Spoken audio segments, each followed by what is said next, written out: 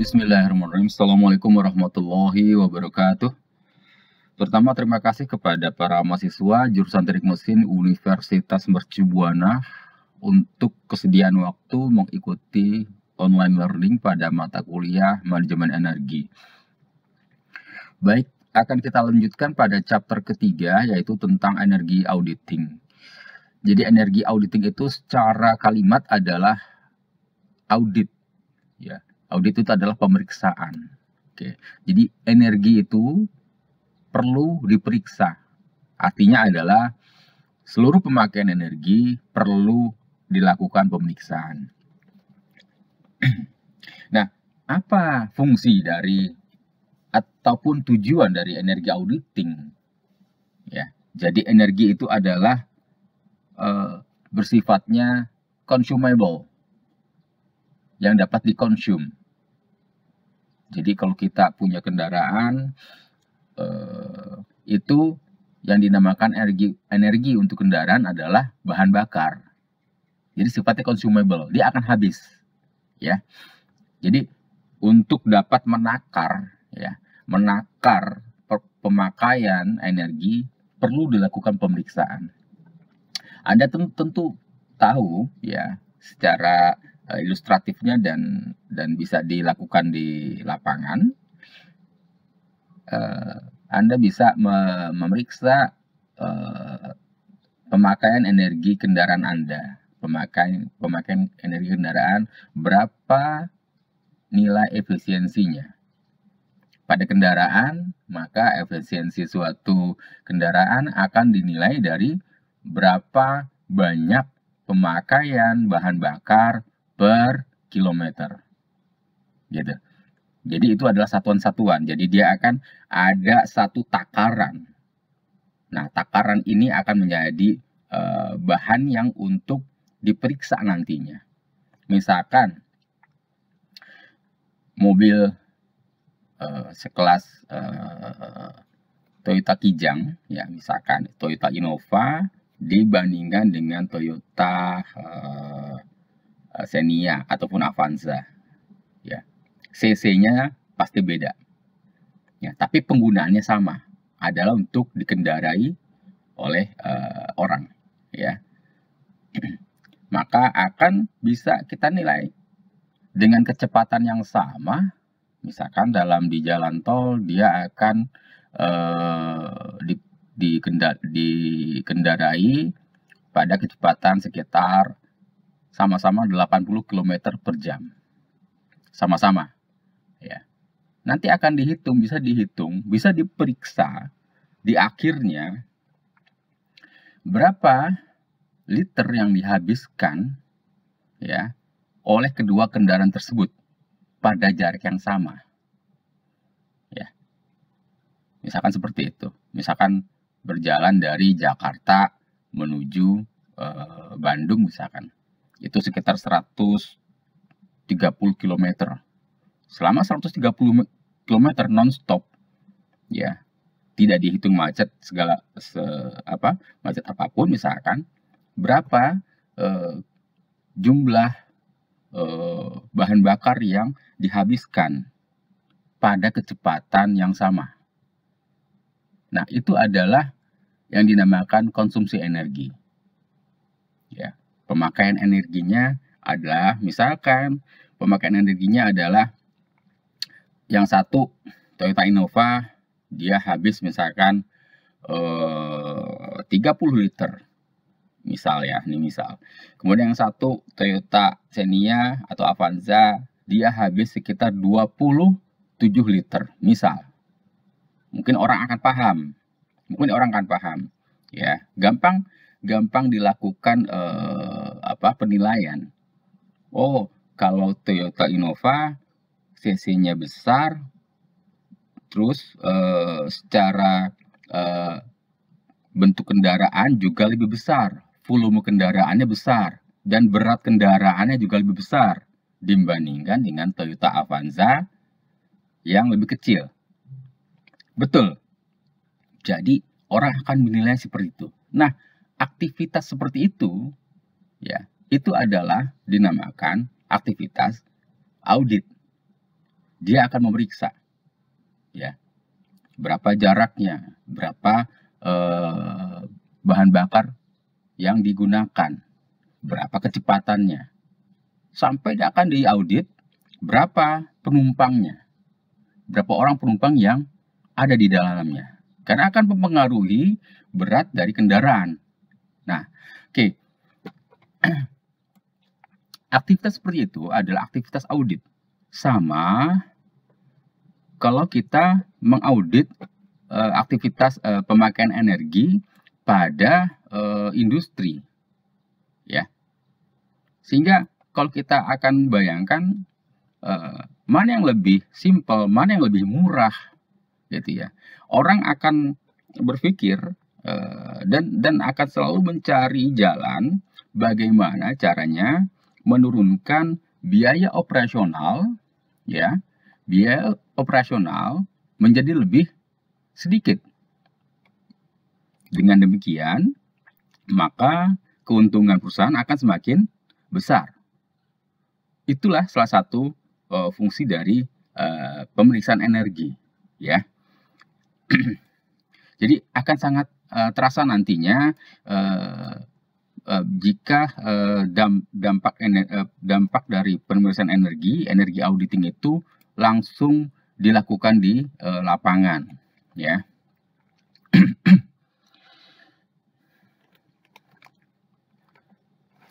In many cases, this energy cost control program will also result in both reduced energy consumed and reduced emission of environmental pollutant, ya. Jadi kalau di sini disebutkan bahwa banyak sekali, ya, kontrol energi yang dilakukan, program-program kontrol pemeriksaan energi yang dilakukan akan menghasilkan dari penurunan konsumsi energi dan juga menurunkan emisi dari polusi lingkungan. Nah, itu, ya. Jadi tujuannya itu adalah termasuk dua hal ini. Dia akan menurunkan energi konsum, ya, yang penurunan energi konsum ini juga akan berdampak kepada penurunan biaya operasional, dan juga yang kedua adalah menurunkan emisi polutan pada lingkungan, ya. Jadi kalau kita pernah dengar ada semacam protokol Kyoto di Jepang, ya. Nah, itu adalah salah satu kesepakatan yang dilakukan oleh negara-negara maju untuk dapat menurunkan penggunaan energi, karena akan menghasilkan emisi polusi yang merusak lingkungan. Nah, seperti itu. The energy audit is one of the first tasks to be performed in the accomplishment of an effective energy cost control program. Ya, jadi energi audit, pemeriksaan audit ini adalah salah satu satu tugas yang akan dapat menghasilkan efektif penggunaan biaya untuk energi. An energy audit consists of a detailed examination of how facility use energy. Jadi pemeriksaan energi itu, ya, itu akan terdiri, ya, dari pemeriksaan, pengujian, ya, yang menggambarkan bagaimana suatu fasilitas itu menggunakan energi, ya. Jadi bisa dibayangkan bahwa energi audit itu tidak hanya nantinya bermain pada data-data di atas kertas saja, ya. Jadi dia akan melakukan pengujian pada fasilitas-fasilitas, ya, bagaimana si fasilitas tersebut ataupun mesin-mesin produksi itu tersebut menggunakan energi, mengkonsumsi energi. ya. Jadi nanti misalkan kita kembali kepada contoh si mobil, ya, kita tidak hanya melakukan pencatatan, oh ternyata dia menghabiskan bensin 30 liter. Oh ternyata kecepatannya 80 km per jam. Tidak hanya itu, tapi pemeriksaan energi, audit energi, itu sampai kepada apa yang terjadi pada mesin mobil. Ya. Kemudian, apa yang membuat mesin mobil menjadi lebih irit? Ya. Kemudian bisa jadi pertanyaannya, bagian mana dari mesin mobil yang menjadi penentu bahwa mesin mobil akan menjadi irit? Seperti itu. Jadi dia akan sampai memeriksa sampai lebih dalam dari suatu fasilitas, dari suatu sistem, ya. Jadi kalau mobil itu bisa kita sebutkan mobil itu sistem kendaraan. Dari bagian mana dari sistem kendaraan itu yang ternyata dia bisa menurunkan pemakaian energi, gitu. Seperti itu. Jadi kalian nanti akan bisa melihat bagian mana dari suatu kendaraan, nih misalkan yang hobi otomotif, ataupun nanti sebenarnya ada di mata kuliah mesin otomotif atau mesin bakar, ya. Bagian mana dari mesin itu dia akan menentukan efektivitas dan nilai tingkat efisiensi penggunaan bahan bakar. Ya, dia akan seperti itu. Kalau mesin-mesin yang konvensional yang masih memakai karburator, ya, maka akan dinilai bagaimana nilai efisiensi suatu karburator. Ya. Kalau sekarang sudah zamannya sudah VVT-i, pakai mesin-mesin sudah otomatis semua.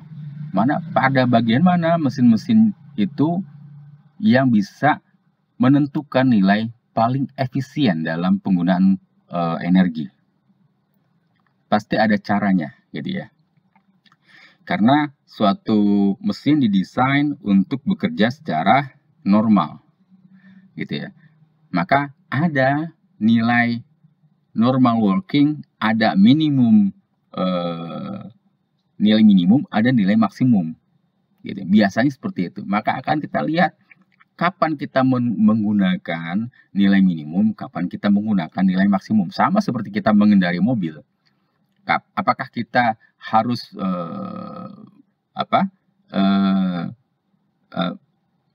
mengendari mobil dengan kecepatan yang konstan terus? Tidak. Gitu ya. Ada kecepatan di mana kita harus lebih tinggi, lebih rendah, ya. Di mana ada kecepatan di mana si mobil itu mempunyai rasio paling efisien dalam penggunaan energi. Nah, sama seperti pada mesin-mesin, pada industri. Seperti itu. Akan dicari sampai ke dalam bagaimana si mesin-mesin itu bisa akan lebih efisien dalam penggunaan energi. Oke, kita lanjutkan nanti. Di sini kita sambung terus. What the facility pays for that energy? And finally, a recommended program for changes in operating practice or energy consume equipment that will cost effectively save dollars on energy bills.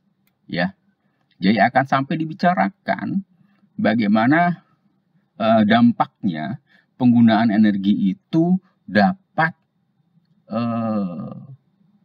menurunkan biaya operasional seperti yang saya sebutkan tadi, ya. Nah, ini akan jadi satu kegiatan yang sangat menarik, ya, karena akan langsung terasa kepada biaya operasional dan akan langsung terasa kepada berapa beban-beban yang harus ditanggung oleh perusahaan. Kita lanjutkan nanti.